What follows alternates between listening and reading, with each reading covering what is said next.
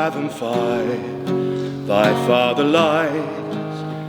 Of his bones are coral made, those were pearls that were his eyes. Nothing of him that doth fade,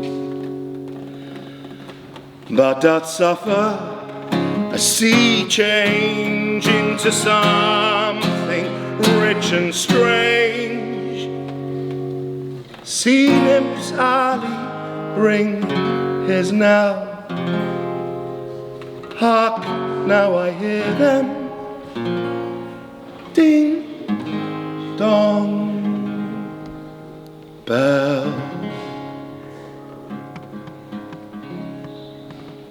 Be not afeard, the isle is full of noises, sounds and sweet airs that give delight and hurt not. Sometimes 1,000 twangling instruments will hum about mine ear. Sometimes voices that, if I then had waked after long sleep, will make me sleep again. And then in dreaming, the clouds, methought, would open and show riches ready to drop upon me. But when I waked, I cried to dream again.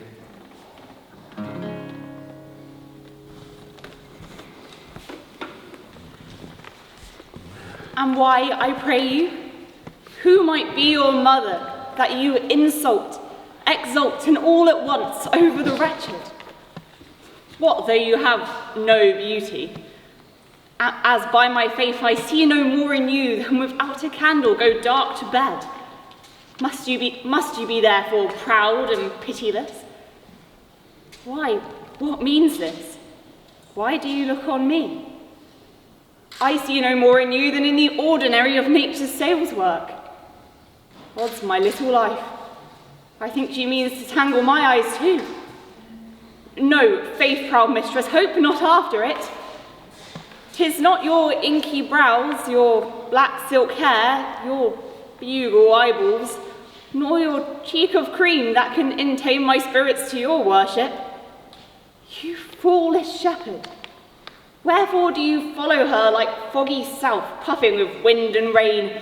You are 1,000 times a properer man than she a woman. 'Tis such fools as you that make the world full of ill-favoured children. 'Tis not her glass, but you that flatters her, and out of you she sees herself more proper than any of her lineaments can show her. But mistress, know yourself. Down on your knees and thank heaven fasting for a good man's love. For I must tell you friendly in your ear, sell what when you can, you are not for all markets. Cry the man mercy, love him, take his offer. Foul is most foul, being foul to be a scoffer. So take her to thee, shepherd. Fare you well. Good morning, everybody, and welcome to the 17th year of Coffee, Cake and Shakespeare. And I just wondered if there's anybody here who's there at the first one. I know some.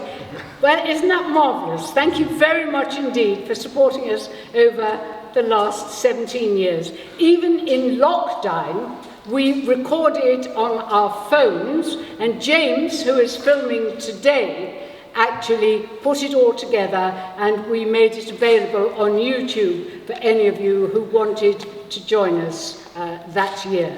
So please enjoy the rest of our programme.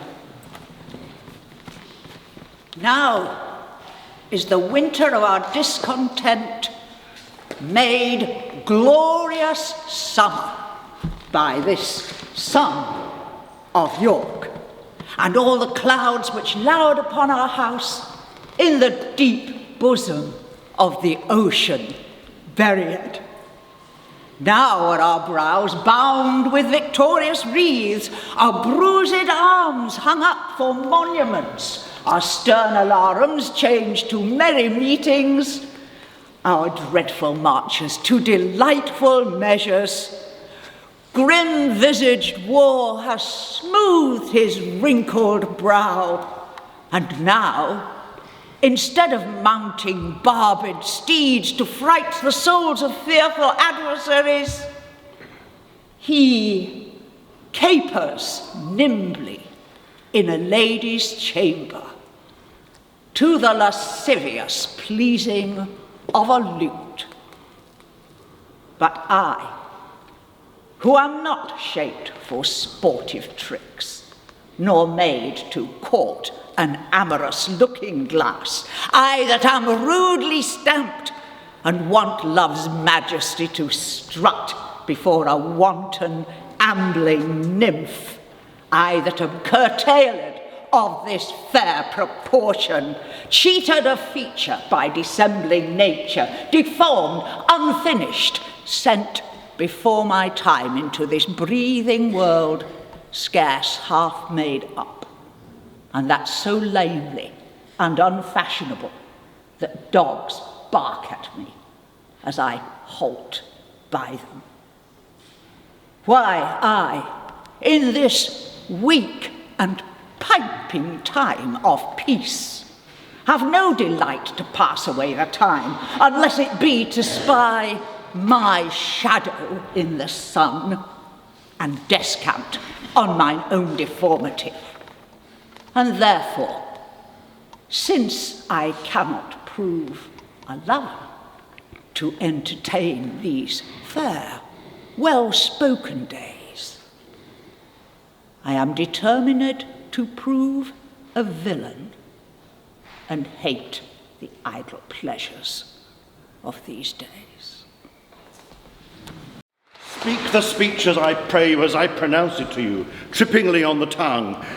But if you mouth it, as many of our players do, I'd as lief the town crier spoke my lines. Nor do not soar the air too much with your hand thus, but use all gently. For in the very torrent tempest, and as I may say, a whirlwind of your passion, you must acquire and beget a temperance that may give it smoothness. Oh, it offends me to the soul to hear a robustious, periwig-pated fellow tear a passion to tatters, to very rags, to split the ears of the groundlings, who, for the most part, are capable of nothing but inexplicable dumb show and noise. I would have such a fellow whipped for doing termagant. It out Herods Herod. Pray you, avoid it. But be not tame too, neither. But let your own discretion be your tutor. Suit the action to the word to the action, with this special observance, that you o'erstep not the modesty of nature. For anything o'erdone is from the purpose of playing, whose end, both at the first and now, was to hold, as it were, the mirror up to nature, to show virtue her own feature, scorn her own image, and the very age and body of the time his form and pressure. Now this o'erdone, or come tardy off, though it makes the unskilled laugh, cannot but make the judicious grieve, the censure of which one must, in your own allowance, o'erweigh a whole theatre of others. Oh, there be players that I have seen play and heard others praise, and that highly, not to speak profanely of it, that neither having the accent of Christians, nor the gait of Christian, pagan, nor man, have so strutted and bellowed, that I have thought some of nature's journeymen had made men, and not made them well. They imitated humanity so abominably. And that those that play your clowns speak no more than is set down for them, for there be of them that will themselves laugh, to set on some quantity of barren spectators to laugh too, though in the meantime some necessary question of the play be then to be considered. That's villainous, and shows a most pitiful ambition in the fool that uses it. Go, make yourselves ready. I expect some of you here read that fascinating book that Paul Edmondson and Stanley Wells put together of all Shakespeare's sonnets, and will have discovered that it wasn't just the cycle of 154 that we know, but that many of the plays contained complete sonnets. And I want to share with you this morning the chorus at the beginning of Romeo and Juliet. Did you know that that was a sonnet? And in 14 lines, Shakespeare sums up what the play is about.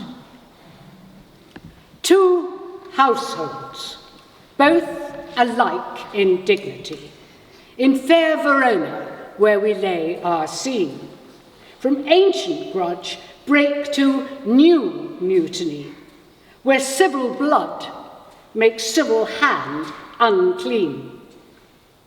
From forth the fatal loins of these two foes, a pair of star-crossed lovers take their life, whose misadventured, piteous overthrows do with their death bury their parents' strife.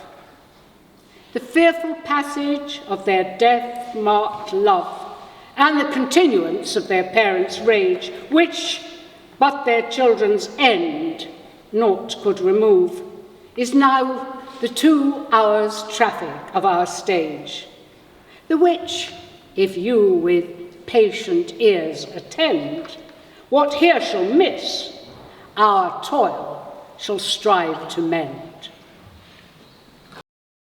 I'm going to attempt Shylock's famous speech, where Shakespeare brilliantly reminds us all that despite our labels underneath, we are all human.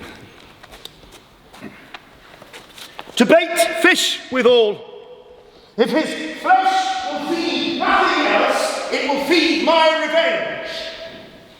He hath disgraced me and hindered me 500,000, laughed at my losses, mocked at my gains, scorned my nation, thwarted my bargains, cooled my friends, and heated mine enemies. And what's his reason? I am a Jew. Hath not a Jew eyes? Hath not a Jew hands, organs, dimensions, senses, affections, passions? Fed with the same food, hurt with the same weapons, subject to the same diseases, healed by the same means, warmed and cooled by the same winter and summer as a Christian is? If you prick us, do we not bleed? If you tickle us, do we not laugh? If you poison us, do we not die? And if you wrong us, shall we not revenge? If we are like you in the rest, we will resemble you in that. If a Jew wrong a Christian, what is his humility? Revenge. If a Christian wrong a Jew, what should his sufferance be by Christian example? Why? Revenge. The villainy you teach, I will execute, and it shall go hard, but I will better the instruction.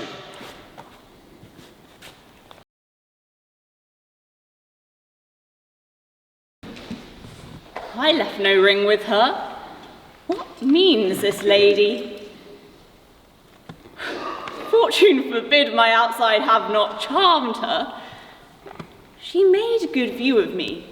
Indeed, so much that sure me thought her eyes had lost their tongue, for she did speak in starts distractedly. She loves me, sure. The cunning of her passion invites me in this churlish messenger. None of my lord's ring, why he sent her none? I am the man. If that be so, as 'tis. Poor lady, she would better love a dream. Disguise, I see, thou art a wickedness, wherein the pregnant enemy does much. How easy is it for the proper force in women's waxen hearts to take their form? Alas, how frailty is the cause, not we, for such as we are made of, such we be. How will this fadge?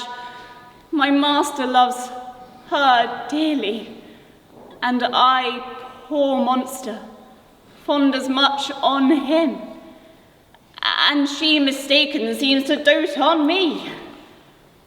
What will become of this? As I am man, my state is desperate for my master's love.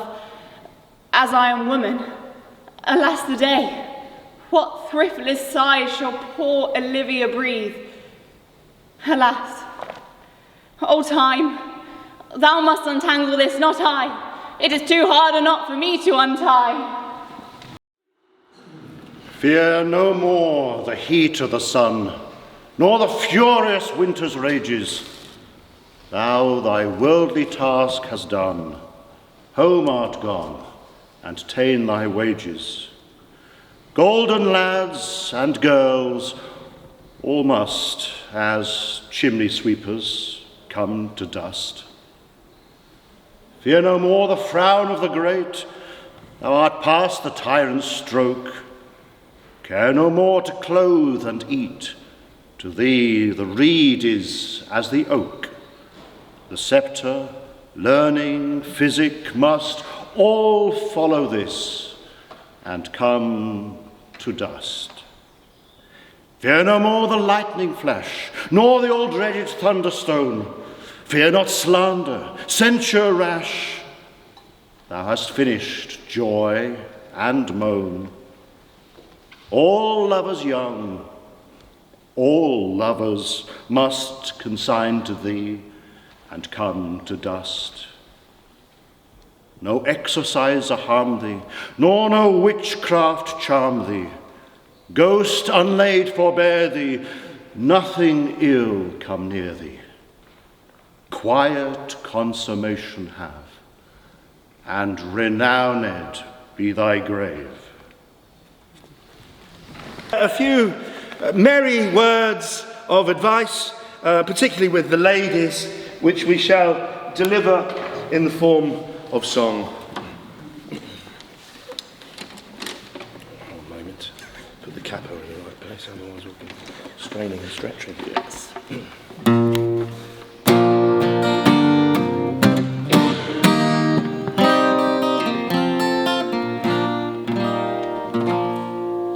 Sigh no more, ladies, sigh no more.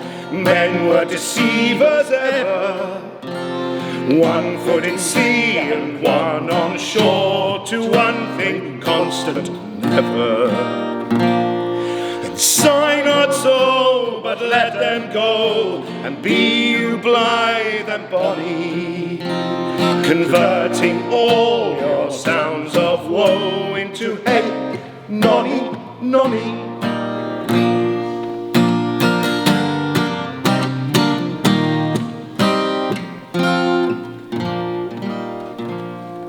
Sing no more ditties, sing no more of dumb saints so dull and heavy. The fraud of men was ever so, since summer first was levy. Then sigh not so, but let them go, and be you blithe and bonny, converting all your sounds of woe into hey, nonny, nonny.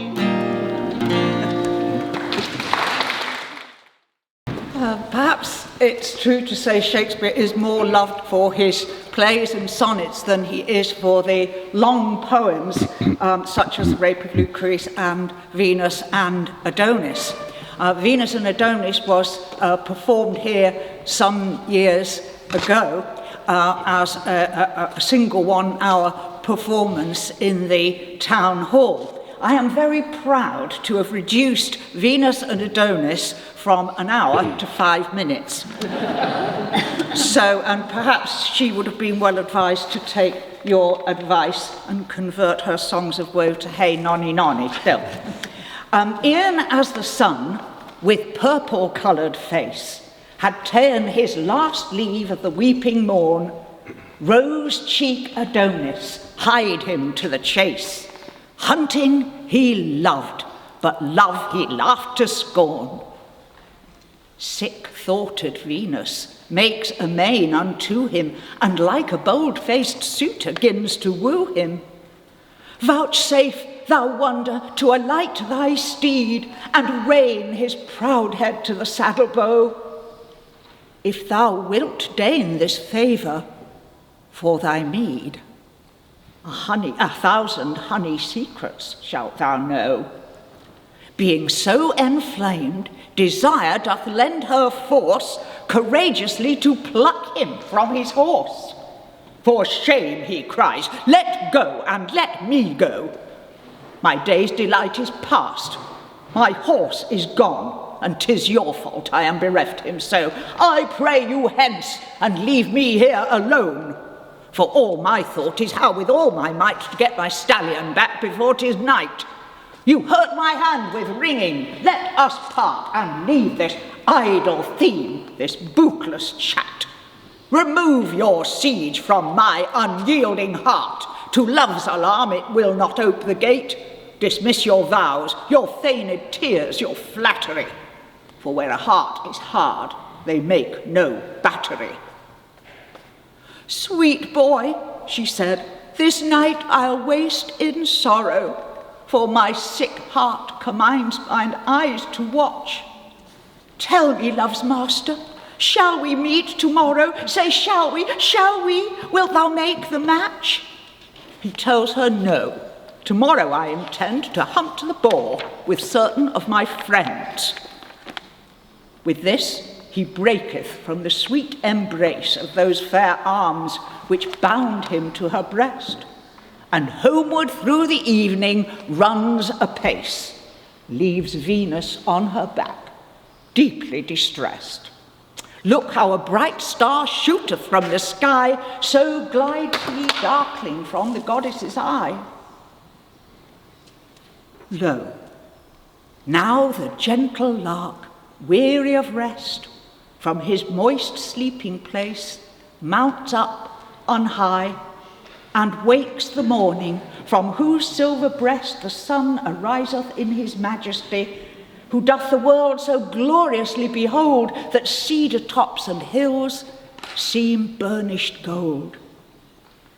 But hearken, Venus hears the hounds at bay, whereat she starts like one that spies an adder wreathed up in fatal folds just in his way. The fear thereof doth make her shake and shudder. She chides herself, 'tis a deer, come, fear no more. But with that word she spies the hunted boar, whose frothy mouth be painted all with red, like milk and blood mingled both together. Oh no, it cannot be. Is fair Adonis dead? She hurries on, alas, she knows not whither. If he be dead, with him is beauty slain. And beauty dead, black chaos comes again. Her eyes wide open threw unwilling light upon the great gash that the boar had trenched. Adonis' flank, its wonted lily white, with purple tears that his wound wept, was drenched. How are flowers still sweet, their colours trim, when true sweet beauty lived and died with him? Since thou art dead, lo, here I prophesy, sorrow on love hereafter shall attend. It shall be waited on with jealousy, find sweet beginning, but unsavoury end. The strongest body shall it make most weak, strike the wise dumb and teach the fool to speak. It shall be cause of war and dire events, and set dissension twixt the son and sire. ready fuel to feed all discontents, as dry combustious matter is to fire. Sith in his prime death doth my love destroy, they that love best their love shall not enjoy. By this the boy that by her side lay killed was melted like a vapour from her sight, and in his blood that on the ground lay spilled, a purple flower sprung up, chequered with white, resembling his pale cheeks, and the blood which in round drops upon their whiteness stood. Thus, weary of the world, away she hies, and yokes her silver doves, by whose swift aid the goddess through the empty skies in her light chariot quickly is conveyed, holding their course to Paphos, where their queen means to immure herself and not be seen. I feel a bit like a book programme recommending good reads. But again, some of you probably know that last year Harriet Walter published She Speaks, and it's a lovely version in Poetry and Prose of what some of Shakespeare's heroines might have said. Well, I picked out Mistress Quickly, who is still alive and kicking after all these years. Oh, goodness, how long have I been around? Centuries. Well, 400 years or more. Still in Cheapside. Oh, it's not so cheap nowadays. It's the rich young hooligans that come in here acting like they own the place. Oh, don't impress me. Not when I've had the heir to the flipping throne in my... Oh, well, not had actually. But he'd give me a friendly cuddle when he was in the mood. I couldn't resist him. Well, I did resist him. Not that he ever, well, no. But I loved that boy. We all did. And then that dreadful day, he broke Fat Jack's heart. I know thee not, old man. I was there. We was all there. Never forget it. We had to pick that poor fat fella up off the cobbles. Oh, talk about moving mountains. We had to try and patch up his heart. Never really mended. Mind you, all these centuries later, it seems that royal princes make an habit of denying they knows certain people, even to this day. I'm sure you know to whom I am referring. Say no more. Now, you'd be surprised how little the clientele have changed over the centuries. There's Sir Francis Fullfat, high up in Parliament he is, establishment figure, breaks all the rules. Then there's Dotty Doll. Well, her type crops up every century. Beautiful, not much up top, if you know what I mean. Shaped like an hourglass, but her brains runs out at her waist. Now I'm mixing me metronomes, did you notice that? Anyway, we still get the red-nosed Bardolphs, usually sitting in an armless daze in the corner, and the odd bard. And the Baddens and the Hellraisers. Oh, I always had a weakness for the bad boys. Captain Pistol give me a run for me money. He knew he could play me, because he knew I'd have married him like a shot. Oh, did you see what I did there? Of course, I got him in the end, when he was too clapped out to run around anymore. But he died on me a long while ago, and I've been on my own ever since. What is a bit new is the posh young women who come in here on their own. Oh, I like that. I turn a blind ear to them girls who hang around here picking up clients. That's what they call them nowadays, clients. All very businesslike. But I do interfere if I sees any bullying or humiliation.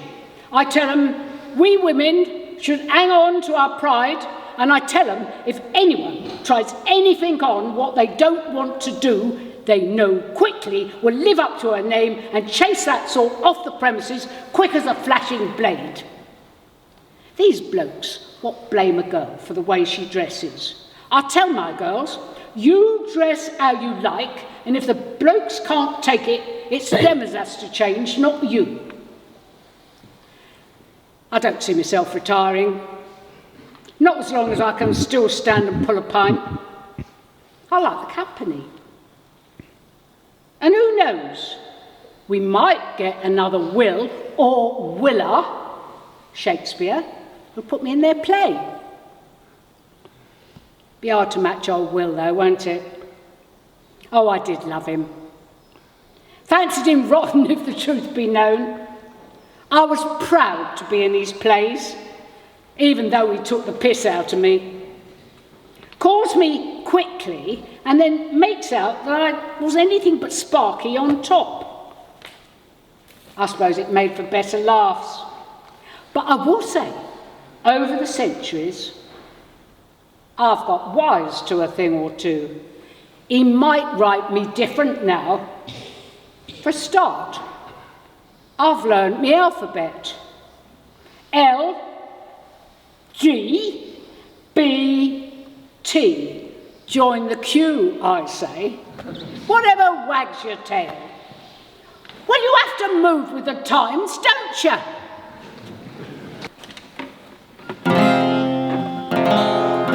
We're going to finish with a song from Twelfth Night. There is a refrain which I'm sure you will pick up. It would be lovely if you could sing along with us. When that I was but a little tiny boy, with a hey-ho, the wind and the rain, a foolish thing was but a toy, for the rain it raineth every day. With a hey-ho, the wind and the rain, for the rain it raineth every day. But when I came to man's estate, with a hey-ho, the wind and the rain, its knaves and thieves men shut their gate, for the rain it raineth every day. With a hey-ho, the wind and the rain, for the rain it raineth every day. But when I came, alas, too wide, with a hey-ho, the wind and the rain, by swaggering Ned I never tried, for the rain it raineth every day. With a hey-ho, the wind and the rain, for the rain it raineth every day. But when I came unto my beds, with a hey-ho, the wind and the rain, we tossed but still had drunken heads, for the rain it raineth every day.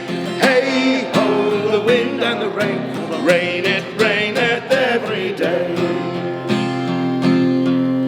A great while ago, the world begun, with a hey-ho, the wind and the rain. But that's all one, our play is done, and we'll strive to please you every day.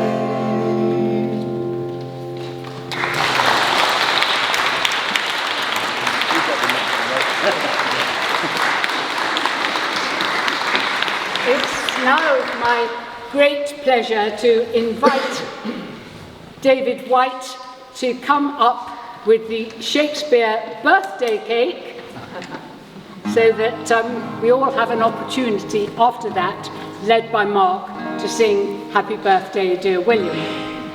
I think here he comes.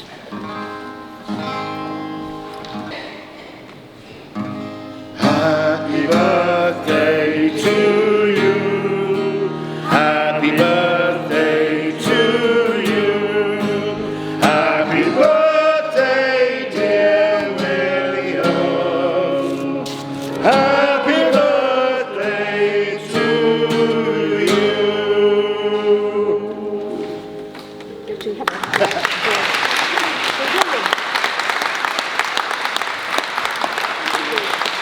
Very, very good. We look forward to seeing you for the 18th year next year. Thank you very much for coming.